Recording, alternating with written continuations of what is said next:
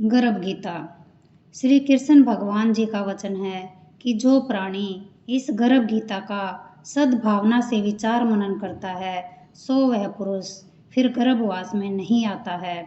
अर्जुन बोले कि हे श्री कृष्ण भगवान, यह प्राणी जो गर्भ विषय आता है सो किस दोष को करके आता है।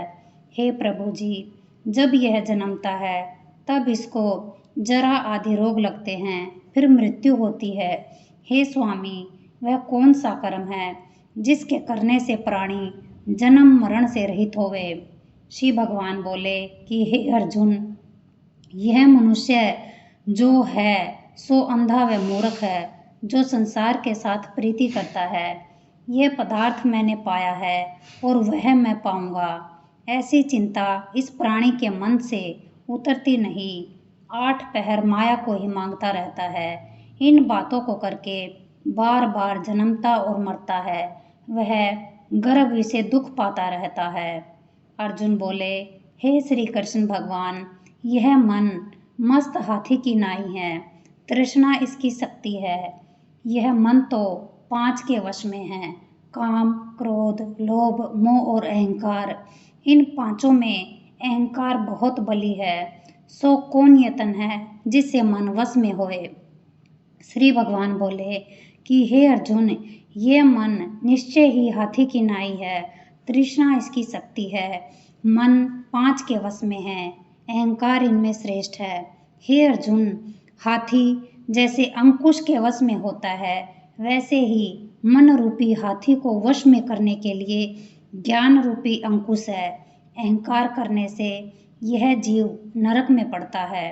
अर्जुन बोले, हे भगवान, जो एक तुम्हारे नाम के लिए वन खंडों में फिरते हैं, एक वैरागी हुए हैं, एक धर्म करते हैं, इनको कैसे जाने।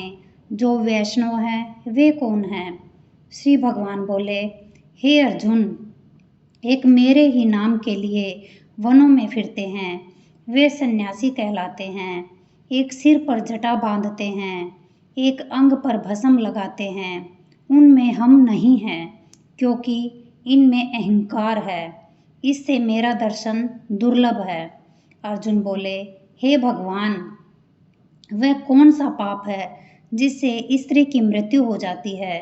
वह कौन सा पाप है जिससे पुत्र मर जाता है, और नपुंसक कौन से पाप से होते हैं। श्री भगवान बोले, हे अर्जुन, जो किसी से कर्ज लेता है और देता नहीं, इस पाप से औरत मरती है। और जो किसी की अमानत रखी हुई पचा लेता है, उनके पुत्र मर जाते हैं। जो किसी का कार्य किसी के गोचर आए पड़े और वह जबानी कहे कि मैं तेरा कार्य सबसे पहले कर दूंगा, तब समय आए उसका कार्य ना करे, इस पाप से नपुंसक होता है। ये बहुत बड़े पाप हैं। अर्जुन बोले, हे भगवान, कौन पाप से मनुष्य सदैव रोगी रहता है।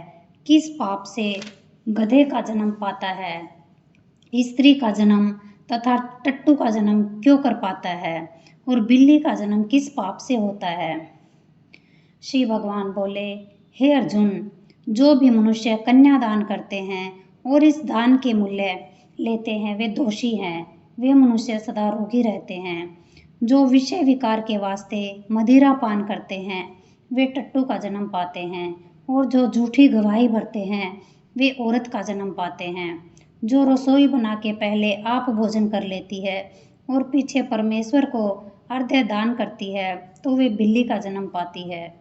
और जो मनुष्य अपनी झूठी वस्तु दान करते हैं, वे औरत का जन्म पाते हैं, वह गुलाम औरतें होती हैं। अर्जुन बोले कि हे भगवान, कई मनुष्यों को तुमने स्वर्ण दिया है, सो उन्होंने कौन सा पुण्य किया है। और कई मनुष्यों को आपने हाथी, घोड़े और रथ दिए हैं, उन्होंने कौन सा पुण्य किया है। श्री भगवान बोले, हे अर्जुन, जिन्होंने स्वर्ण दान किया है उनको घोड़े वाहन मिलते हैं। जो परमेश्वर के निमित्त कन्यादान करते हैं सो पुरुष का जन्म पाते हैं। अर्जुन बोले, हे भगवान, जिन पुरुषों के अंदर विचित्र देह हैं, उन्होंने कौन सा पुण्य किया है। किसी किसी के घर संपत्ति है कोई विद्यावान है, उन्होंने कौन सा पुण्य किया है? श्री भगवान बोले, हे अर्जुन, जिन्होंने अन्न दान किया है उनका सुंदर स्वरूप है। जिन्होंने विद्या दान किया है वे विद्यावान होते हैं। जिन्होंने संतों की सेवा की है वे पुत्रवान होते हैं। अर्जुन बोले, हे भगवान, किसी को धन से प्रीति है, कोई स्त्रियों से प्रीति करते हैं, इसका क्या कारण है? समझा कर कहिए। श्री भगवान बोले, हे अर्जुन, धन और स्त्री सब नाश रूप है, मेरी भक्ति का नाश नहीं होता। अर्जुन बोले, हे भगवान, यह राजपाट किस धर्म के करने से मिलता है? विद्या कौन से धर्म करने से मिलती है? श्री भगवान बोले, हे अर्जुन, प्राणी काशी में निष्काम भक्ति से तप करते हुए देह त्यागते हैं, वे राजा होते हैं। और जो गुरु की सेवा करते हैं सो विद्यावान होते हैं। अर्जुन बोले, हे भगवान, किसी को धन अचानक बिना किसी परिश्रम से मिल जाता है, सो उन्होंने कौन सा पुण्य किया है? श्री भगवान बोले, हे अर्जुन, जिन्होंने गुप्त दान किया है उनको धन अचानक मिल जाता है। जिसने परमेश्वर का कार्य और पराया कार्य संवारा है वे मनुष्य रोग से रहित होते हैं। अर्जुन बोले, हे भगवान, कौन पाप से अमली और कौन पाप से गूंगे होते हैं और कौन पाप से कुष्ठी होते हैं?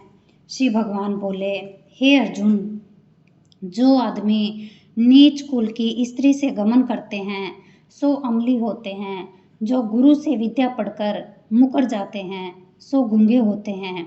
जिन्होंने गौ घात किया है वे कुष्ठी होते हैं।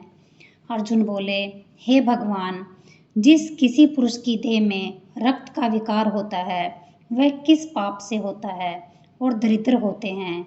किसी को खंडवायु होती है और कोई अंधे होते हैं तो कोई पंगु होते हैं, सो कौन से पाप से रहित होते हैं? और कई स्त्रियां बाल विधवा हो जाती है तो वह किसी कौन से पाप से होती है? श्री भगवान जी बोले, हे अर्जुन, जो सदा क्रोधवान रहते हैं उन्हें रक्त विकार होता है। जो मलिन रहते हैं वे सदा दरिद्री होते हैं। जो कुकर्मी ब्राह्मण को दान देते हैं उनके खंडवायु होती है। जो पराई स्त्री को नंगी देखते हैं, गुरु की पत्नी को कुदृष्टि से देखते हैं, सो अंधे होते हैं। जिसने गुरु और ब्राह्मण को लात मारी है सो लंगड़ा और पंगला होता है। जो औरत अपने पति को छोड़कर पराये पुरुषों से संग करती है सो वह बाल विधवा होती है। अर्जुन बोले, हे भगवान, तुम पर ब्रह्मा हो, तुमको नमस्कार है।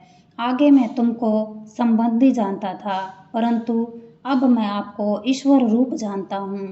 हे परब्रह्मा, गुरु दीक्षा कैसी होती है, सो कृपा करके मुझको कहो। श्री भगवान बोले, हे अर्जुन, तुम धन्य हो, तुम्हारे माता पिता भी धन्य हैं जिनके तुम ऐसे पुत्र हो।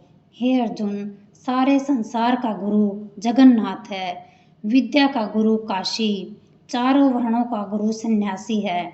सन्यासी उसको कहते हैं जिसने सबका त्याग करके मेरे विषय मन लगाया है, सो ब्राह्मण जगत गुरु है।